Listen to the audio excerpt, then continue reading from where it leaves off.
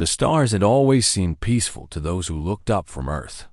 Children made wishes on them. Lovers held hands beneath them.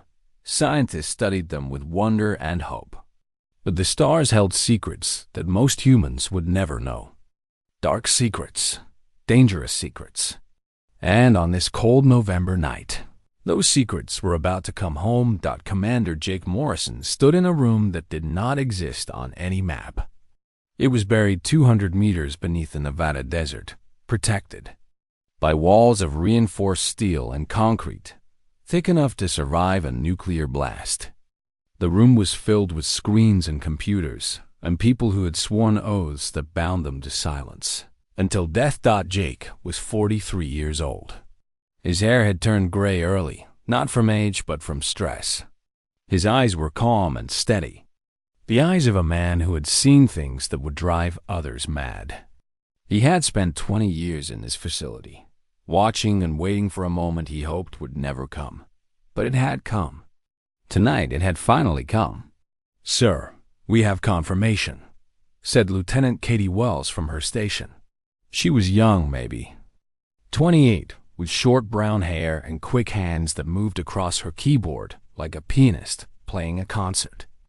17 vessels just dropped out of hyperspace near Mars. They matched the profile of Valith Dominion warships.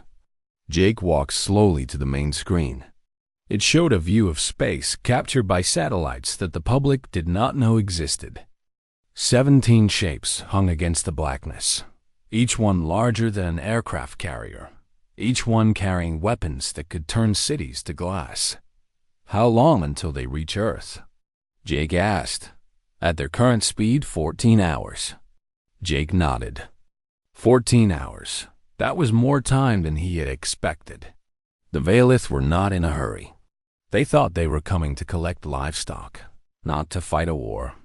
He almost felt sorry for them. Almost. The Valith Dominion had been watching Earth for over 300 years. Their scout ships had visited the solar system many times, always staying hidden, always observing. They had watched humans discover electricity. They had watched humans build their first airplanes. They had watched humans split the atom and step on the moon. And they had decided that humans were nothing. Just another primitive species crawling on a small rock around an ordinary star. The Valith had conquered hundreds of such worlds. They would add Earth to their collection, take what resources they wanted, and enslave whoever survived. That was their plan, but they had made a terrible mistake. They had believed what they saw on the surface. They had not looked deeper. Jake turned to face his team. There were 30 people in this room, and each one of them knew the truth. They knew what was hidden beneath the ice of Antarctica. They knew about the shipyards on the dark side of the moon. They knew about the weapons platforms disguised as weather satellites. They knew everything. "Contact Admiral Nathan Cole," Jake said. "Tell him that Operation Veil is lifted. It's time." Katie's fingers flew across her keyboard. Somewhere, a signal raced through underground cables to a transmitter hidden in the mountains. From there, it leaped into space, bouncing off satellites, encrypted in codes that no alien technology could break. The message was simple: wake up. They are here. The world above continued as normal. People slept in their beds. Cars drove down highways. Television stations broadcast late-night shows. Nobody knew that humanity's greatest secret was about to be revealed. It had started in 1962. A fishing boat in the Atlantic Ocean had spotted something strange in the water. They had reported it, and within hours, Navy ships had surrounded the area. Divers had gone down and found something that changed everything. It was a ship, not a human ship. An alien vessel, damaged and dead, resting on the ocean floor. The crew was gone, perhaps escaped, perhaps drowned. But the technology remained. The government had kept it secret. They had studied the ship for years, learning its secrets piece by piece. And the more they learned, the more afraid they became. The ship's computer still worked. It contained maps of the galaxy, records of hundreds of species. and files on something called the Dominion Wars. The Valith Dominion, along with other powerful empires, moved through the galaxy like predators.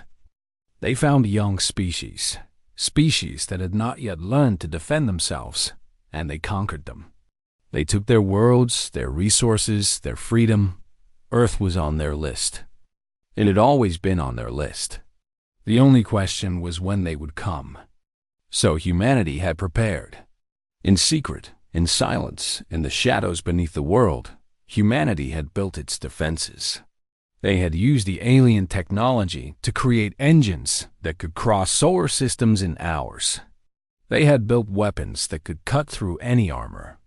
They had constructed ships larger and more powerful than anything the Valith had ever faced, and they had hidden it all. On the surface, Earth looked exactly as the Valith expected. Primitive, divided, weak. Humans still drove cars and burned oil and argued about politics. They still seemed to be centuries away from true space travel. But beneath the surface, in the places the Valith had never thought to look, a sleeping giant waited. Jake walked to the window that looked down into the main command center. Dozens. More people worked at their stations, monitoring every corner of the planet, ready to coordinate the greatest military operation in human history. "Sir," Katie said, "the Valith flagship is broadcasting. It's a standard subjugation message.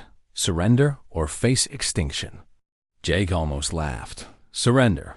They actually expected humanity to surrender. "They really don't know," he said quietly. "They have no idea what's waiting for them." Katie looked at him with eyes that held both fear and pride. "What happens now?" Jake turned back to the screen, watching those 17 ships crawl toward Earth like wolves approaching a farmhouse.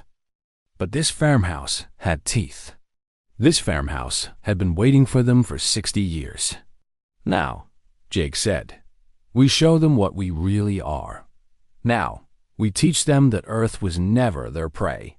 We were never the sheep they thought we were." He placed his hand on Katie's shoulder.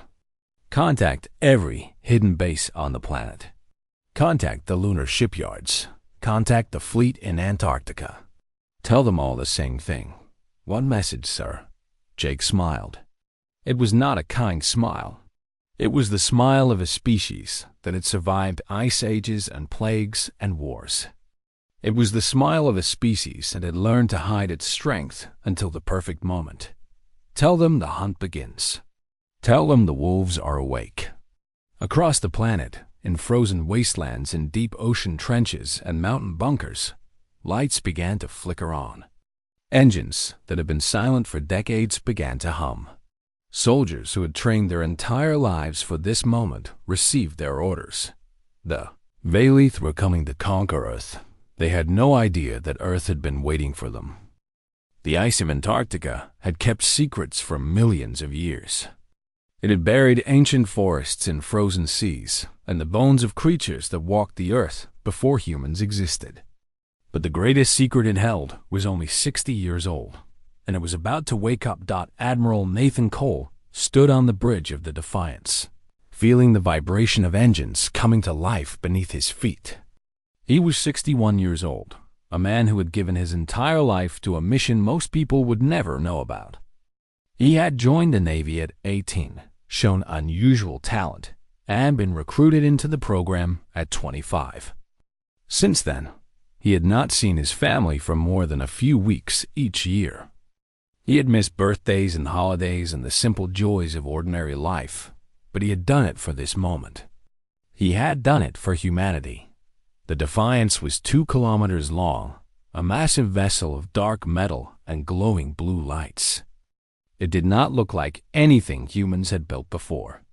That was because it had not been built with human technology alone. Every system, every weapon, every plate of armor had been created using knowledge taken from alien wrecks that had been found over the decades. The ship had been waiting here, beneath the ice, for 12 years, waiting for the call that had just come. "All stations reporting ready, Admiral," said Commander Amy Reeves. She was his executive officer, 35 years old, with sharp eyes and a mind that worked faster than most computers. She had been trained since childhood for this role, selected from thousands of candidates, shaped into the perfect officer. Nathan nodded slowly. "How many ships do we have?" Amy checked her screen. 43 vessels are responding. 38 in Antarctica, 3 from the lunar yards, 2 from the Pacific deep stations. 43 ships. Nathan let that number settle in his mind. 60 years of work. 60 years of secrets and sacrifices and silent construction. All of it leading to this fleet.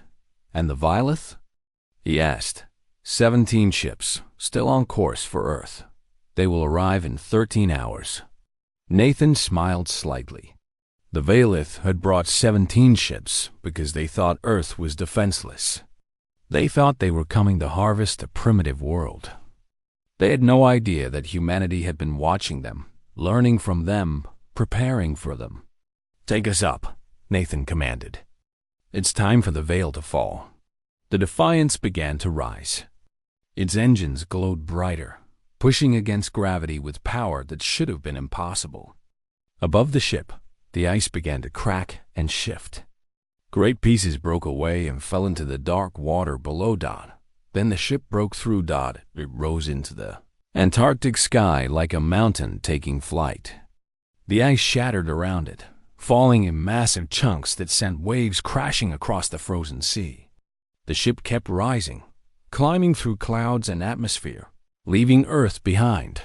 Across the planet, other ships were doing the same thing. In the jungles of Brazil, a hidden lake split open, and a warship emerged from beneath the water. In the mountains of Tibet, a massive door opened in the side of a peak, and 2 cruisers flew out into the thin air. In the depths of the Pacific Ocean, submarines that were not really submarines began their journey to the surface. And on the dark side of the moon, the shipyards came alive. The 3 newest vessels, fresh from construction, powered up their engines and began to move. Humanity was revealing itself. Nathan watched Earth grow smaller on his screens. He could see the lights of cities, the swirl of clouds, the blue of oceans. He had sworn to protect that world and everyone on it. Today, he would keep that promise. "Admiral," said the communications officer, "we are receiving reports from civilian stations. They are seeing our ships. News networks are starting to broadcast." Nathan had expected this. There was no way to hide 43 starships rising from the planet. The secret was out now. After 60 years of hiding, humanity would learn the truth. "Let them see," Nathan said. "They deserve to know what we have built for them. They deserve to know that they are not alone in the universe, but they are not defenseless either." On Earth, people were stopping in the streets. They were looking up at the sky, pointing at the strange lights moving among the stars. Television stations interrupted their programs to show footage of impossible ships rising from hidden places. Social media exploded with videos and questions and fear and wonder, but there was no time to explain. The Veilith were coming, and the fleet had to meet them. The 43 ships of the United Earth Defense Force gathered in orbit, forming into battle groups. They were a mix of sizes and designs, some built for speed, some for firepower, some for carrying the smaller fighters that waited in their bays. Together, they were more powerful than anything the galaxy had seen from a species. So young or so the galaxy thought. Nathan opened a channel to the entire fleet. His face appeared on screens in every ship, seen by thousands of men and women who had trained for this day. "This is Admiral Cole," he said. His voice was calm and steady. "For 60 years, we have prepared for this moment. We have worked in secret. We have sacrificed in silence. We have built these ships and trained ourselves for one purpose: to defend our home." He paused, looking at the stars on his view screen. Somewhere out there, 17 alien ships were coming to enslave his world. The Veilith think they know what we are. They think we are primitive. They think we are weak. They think we will bow to them and accept chains without a fight. Nathan leaned forward. Today, we teach them how wrong they are. Across the fleet, men and women cheered. They had waited their whole lives for this.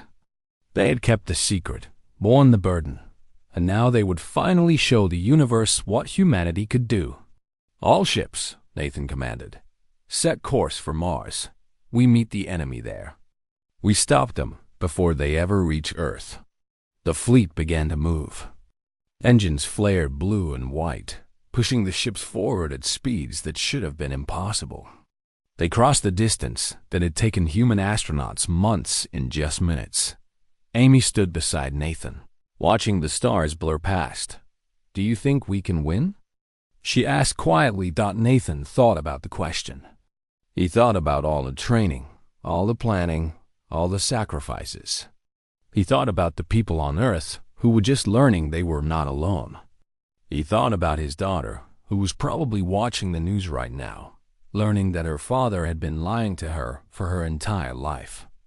"We have to," he said simply. "Losing is not an option." Ahead of them, the red dot of Mars grew larger. Somewhere beyond it, the Veilith fleet was waiting. The battle for Earth was about to begin. High Commander Zethival had conquered 11 worlds. He had commanded fleets that burned cities and broke armies. He had seen species surrender at the mere sight of his ships. In 300 years of service to the Veilith Dominion, he had never known defeat. But standing on the bridge of his flagship, staring at his tactical display, he felt something he had not felt in centuries. He felt fear. "This is impossible," he said. His voice was a series of clicks and hisses that his crew understood perfectly. "Run the scans again." His sensor officer obeyed, but the results did not change. 43 vessels had appeared near Mars, and every single one of them was more advanced than anything the Veilith had brought. "High Commander," the sensor officer said carefully, "their ships are running on quantum singularity cores. Their weapon systems show plasma-based technology with targeting precision that exceeds our own. Their armor appears to be adaptive, possibly self-repairing." Zethival's 4 arms gripped the railing in front of him. His compound eyes blinked rapidly as he tried to process what he was seeing. This was not possible. The observers had reported that Earth was primitive. They had said humans were still using chemical rockets and fossil fuels. They had said this would be an easy conquest. "They were hiding," his second-in-command said quietly. "They knew we were watching, and they hid their true strength." Zethival wanted to deny it. He wanted to believe there was some mistake, some trick of the sensors. But the evidence was right in front of him. 43 ships, each one a match for his own vessels. The hunters had become the hunted. "High Commander," the communications officer said, "we are receiving a transmission from the lead human ship." Zethival straightened himself. He was still a commander of the Dominion. He would not show weakness, even now. "Put it on screen." The main display flickered, and a human face appeared.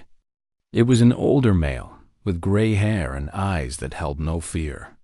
Behind him, Zethival could see a bridge filled with calm, professional crew members.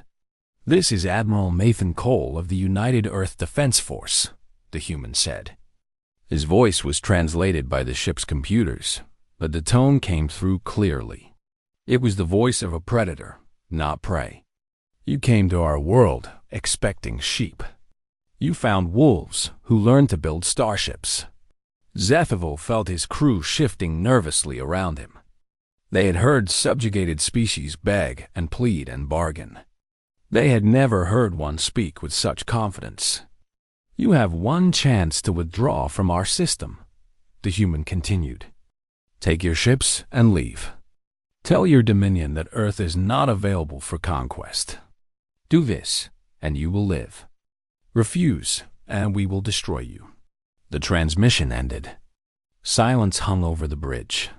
"High Commander," his second said, "perhaps we should consider—" "No." Zethoval cut him off. He could not retreat. He could not return to the Dominion and admit that a species they had mocked as primitive had frightened him away. His career would be over. His honor would be destroyed. Everything he had built in 3 centuries of service would be gone. Besides, the humans might be bluffing. Those ships might look impressive, but looks meant nothing in war. The Violeth had centuries of combat experience. These humans had never fought in space before. All ships, Zethoval commanded, prepare to attack. Target the lead vessel first. Destroy their admiral, and the rest will fall. Aboard the Defiance, Admiral Cole watched the Violeth fleet begin to move. Their ships spread out into attack formation, weapons powering up, shields activating. They're not leaving, Amy observed. No, Nathan agreed. I didn't think they would. Pride is a dangerous thing. He turned to his tactical officer. All ships move to defensive formation Alpha. Fighters prepare for launch. Weapons free on my command. The human fleet responded instantly. Decades of training took over as ships shifted position, creating overlapping fields of fire. In the bays of the larger vessels, pilots climbed into their fighters and ran final checks. Lieutenant Commander Ben Harris sat in the cockpit of his fighter, feeling the familiar hum of the engine beneath him. He was part of the 77th Strike Squadron, stationed on the Defiance. He had trained for this moment since he was 18 years old. All pilots, this is Squadron Leader Harris, he said over the radio.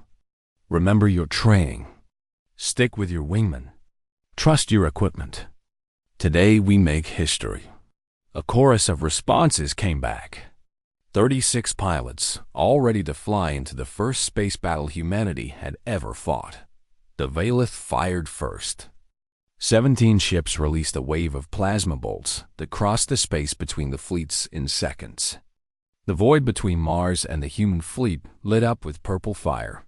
Shields holding, reported the defensive officer on the Defiance. All ships reporting minimal damage. Nathan allowed himself a small smile. The Violeth weapons were powerful, but humanity had spent 60 years studying every piece of alien technology they could find. They had built their shields to handle exactly this kind of attack. Return fire, Nathan ordered. All ships, engage. The human fleet responded with a wall of blue-white plasma that slammed into the Violeth formation. Unlike the alien weapons, which spread their fire across multiple targets, the human weapons were focused and precise. 3 Violeth ships took direct hits, their shields flaring and failing under the concentrated assault. 3 enemy vessels disabled, Amy reported. Their shields couldn't handle the focused fire. Zethoval stared at his display in disbelief. 3 ships gone in the first exchange. 3 ships that had conquered worlds, destroyed by a species that should have been helpless. All ships, concentrate fire on the lead vessel, he ordered. Destroy it now. The Violeth fleet poured everything they had at the Defiance. Plasma bolts and missiles and energy beams all focused on the human flagship. The space around the ship turned into a storm of fire and light, but the Defiance held. Its adaptive armor shifted and changed, spreading the damage across its surface. Its shields flickered but did not fail, and its weapons kept firing, kept hitting, kept hurting the Violeth fleet. Launch fighters, Nathan commanded. It's time to finish this. Bay doors opened across the human fleet, and hundreds of small craft poured into space. They were fast and nimble, designed to slip through enemy defenses and strike at weak points. Ben Harris led his squadron straight at the Violeth flagship. For Earth, he said, and pushed his throttle forward. The battle for humanity's future had truly begun. The void between Mars and Earth became a storm of fire and metal. Ships twisted and turned through the darkness, their weapons painting streaks of light across the black canvas of space. Explosions bloomed like flowers made of flame, silent and terrible and beautiful all at once. Ben Harris flew his fighter through the chaos, his hands steady on the controls. Around him, plasma bolts and missiles crossed paths in deadly patterns. His wingman, Lieutenant Laura Price, stayed tight on his left side. They moved together like a single creature, each one protecting the other. "Bogey on your 6, Ben," Laura called out. "I've got him." She banked hard and released a burst of plasma fire that caught the Volith fighter before it could get a lock on Ben. The alien craft spun away, trailing smoke and debris. "Thanks," Ben said. "Let's hit that cruiser." Ahead of them, a Valith cruiser was firing on the human destroyer Resolution. The smaller human ship was taking damage, its shields flickering under the assault. Ben pushed his throttle forward, accelerating toward the cruiser's exposed flank. "Squadron, form up on me," he ordered. "We're going in." 12 fighters fell into formation behind him. They dove toward the cruiser, weaving through its defensive fire. The Valith gunners tried to track them, but human fighters were faster and more agile than anything the aliens had faced before. Ben lined up his shot carefully. The cruiser's shield generator was visible as a slight bulge on the ship's underside, glowing with power. One good hit would cripple its defenses. "Fox 3, he called, and released 2 quantum torpedoes. The torpedoes streaked across the gap and slammed into the shield generator. For a moment, nothing happened. Then the cruiser's shields collapsed in a cascade of blue sparks. Without its shields, the ship was naked against the weapons of the human fleet. The destroyer Resolution saw its chance. Its main gun fired, a beam of focused plasma to punch straight through the cruiser's hull. The alien ship broke apart, its pieces spinning away into the void. "Good kill," Laura said, moving to the next target. On the bridge of the Defiance, Amy coordinated the battle with calm precision. Multiple screens surrounded her, each showing a different part of the fight. She tracked every ship, every squadron, every threat. "The Sentinel is taking heavy fire," she reported, requesting support on the left flank. Nathan studied the tactical display. The battle was going well, but it was not without cost. 2 human ships had been destroyed already. A third was badly damaged and withdrawing from the fight. Good people had died in those ships, people he had known and trained and led, but the Valith were dying faster. 6 of their ships were gone, destroyed or disabled. Their formation was breaking apart as captains tried to adapt to an enemy they had completely underestimated. "Send the Valiant and Horizon to support Sentinel," Nathan ordered, "and tell the fighter squadrons to focus on the enemy flagship. It's time to end this." The flagship had been Zethavol's pride for 2 centuries. It was the largest ship in his fleet, armed with weapons that had burned cities and broken armies. But now it was surrounded, taking fire from multiple directions, its shields weakening with each hit. Zethavol stood in the center of his bridge, watching his fleet die around him. This was not supposed to happen. This could not be happening. They were the Valith Dominion.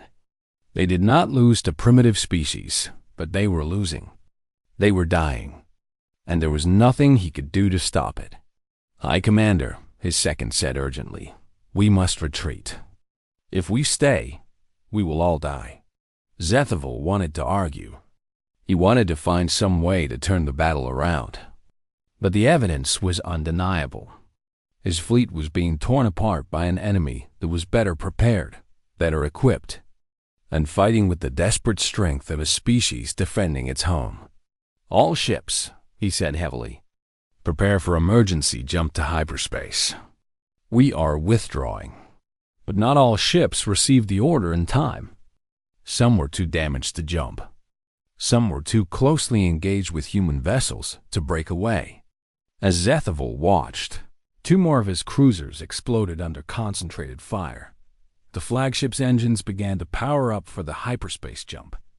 Zethavol could feel the vibration through the deck as the massive systems activated. Jump. In 30 seconds, the navigation officer reported, but the humans were not going to let him escape that easily. Admiral, the sensor officer on the Defiance said, the enemy flagship is trying to run. Nathan made his decision instantly. All ships, concentrate fire on their engines. I want that ship disabled, not destroyed. We need to send a message. The human fleet responded. A wave of precisely aimed fire struck the flagship's engine section. The alien ship shuddered as its hyperspace drives were destroyed. It drifted helplessly, unable to run, unable to fight. Around it, the battle was ending. 4 Valith ships managed to jump to hyperspace, fleeing into the darkness between stars. The rest were either destroyed or surrendered, their captains finally accepting that this fight was lost. Silence fell over the battlefield. Where there had been fire and chaos, now there was only debris and the slow drift of broken ships. The void was full of twisted metal and cooling plasma and the bodies of those who had died. Nathan looked at the tactical display. 11 Valith ships destroyed. 4 captured. 4 escaped. Against that, humanity had lost 6 vessels, 6 ships, 400 men and women. The first casualties of a war that humanity had not started but would finish. Sir, Amy said softly, we won. Nathan nodded slowly. They had won. Against all odds, against an enemy that had expected them to be helpless, they had won. But he did not celebrate. He thought of the 600 empty seats in those 6 destroyed ships. He thought of the families who would receive news that their loved ones were never coming home. He thought of the price humanity had paid for this victory.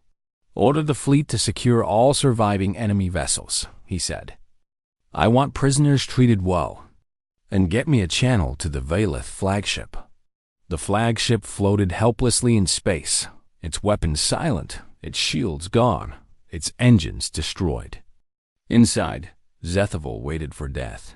He expected the humans to finish what they had started. Instead, a voice came over the communication system. It was the human admiral, speaking in that calm, controlled tone. I, Commander Zethavel. Your fleet has been defeated. Your ships have been destroyed or captured. You have lost. But you are not dead. I have decided to let you live. Zethavel said nothing. He did not understand. Why would the humans spare him? You will return to your dominion, Nathan continued. And you will deliver a message for us. Will you listen? Slowly, Zethavel nodded. I will listen. Good, because what I have to say will change everything. The boarding party moved through the corridors of the Valith flagship like ghosts in armor. They wore powered suits that made them stronger and faster than any unprotected soldier. Their weapons hummed with energy, ready to fire at the slightest threat, but there was no resistance. The surviving Valith crew had surrendered. They lined the walls of their own ship, watching with fear and confusion as the humans passed by.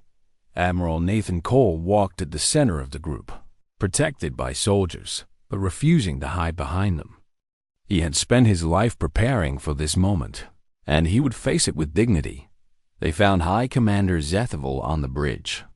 The alien stood alone in the center of the room, his forearms hanging at his sides, his compound eyes fixed on the entrance. He did not run. He did not beg. Whatever else he was a soldier who had accepted defeat. High Commander, Nathan said, stopping a few meters away. I am Admiral Cole. We have much to discuss. Zethavel studied the human carefully. He had seen many species over his centuries of life. Some were tall, some were short, some were covered in scales or fur or feathers. But he had never seen a species quite like this one. They looked so soft, so fragile, and yet they had just destroyed his fleet. You should kill me, Zethavel said. That is what we would do. That is what any strong species would do. Nathan shook his head. We are not like other species.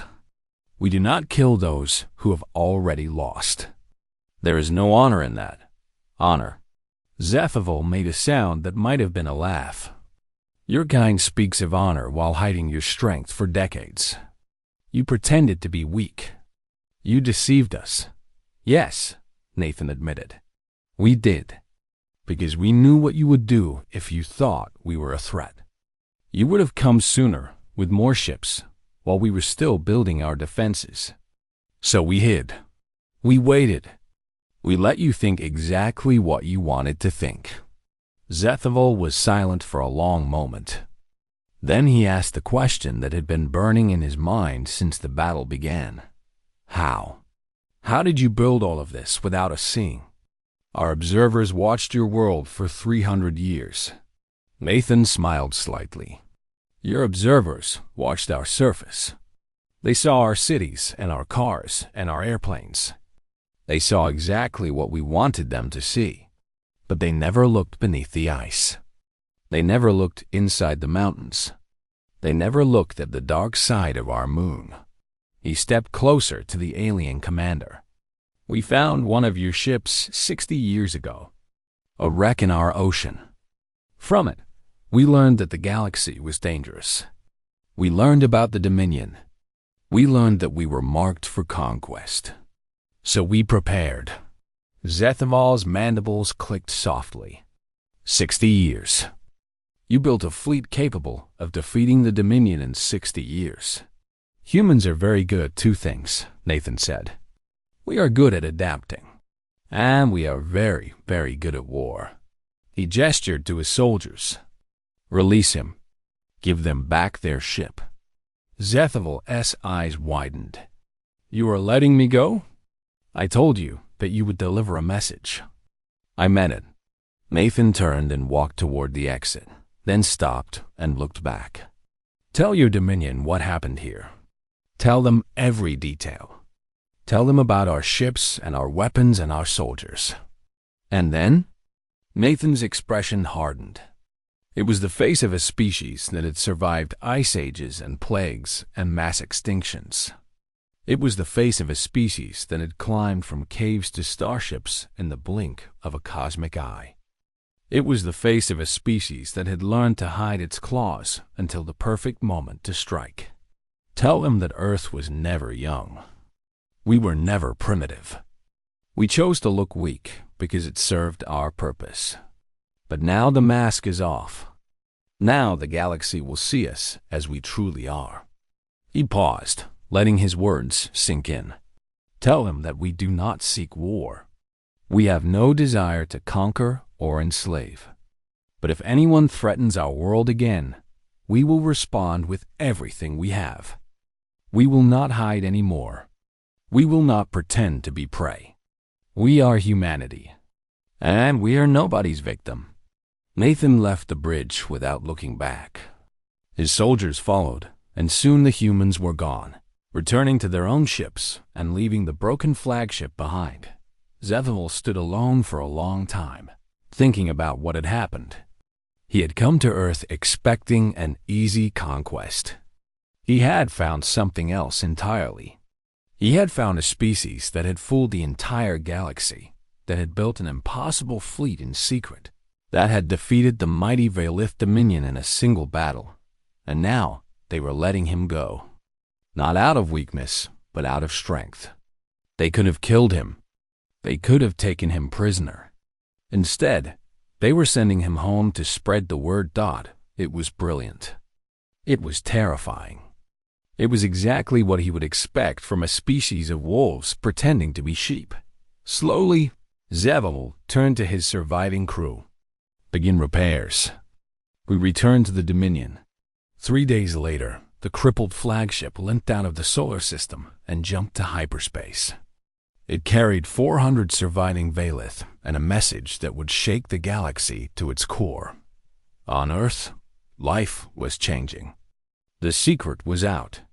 Everyone knew now that humanity was not alone in the universe.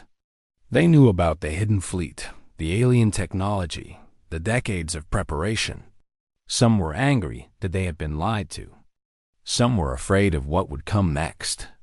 But most were proud. In the Nevada facility, Jake Morrison stood with Katie Wells, watching the news broadcasts. Cities around the world were celebrating. People were looking up at the sky with new eyes, knowing that their species had taken its place among the stars. What happens now? Katie asked. Jake thought about the question. The Violeth would spread the word. Other species would learn about humanity. Some would be curious. Some would be afraid. And some, inevitably, would want to test this new power that had emerged from a small blue world. Now we keep building, Jake said. We keep training. We keep watching the sky. He looked up through the ceiling, imagining the stars beyond. Somewhere out there, the Violeth flagship was carrying news of humanity's victory. Somewhere out there, other species were going about their lives, not knowing that everything was about to change. They thought we were young, Jake said quietly. They thought we were weak. They thought they could take our world and make us slaves. He smiled, and it was the smile of a species that had survived everything the universe could throw at it. A species that had learned to hide its strength until the moment was right. A species that had just announced its presence to the galaxy in the most dramatic way possible. They were wrong, Jake said, and the galaxy will never forget it. Above them, the ships of the United Earth Defense Force took up their positions around the planet. They formed a ring of steel and light, guardians watching the darkness between the stars. Humanity had sent its message. Now, the galaxy would have to decide how to respond. But whatever came next, whatever challenges waited in the void, humanity would face them together. They had proven that they could survive. They had proven that they could fight. And they had proven that they would never, ever surrender. The wolves were awake, and they were just getting started.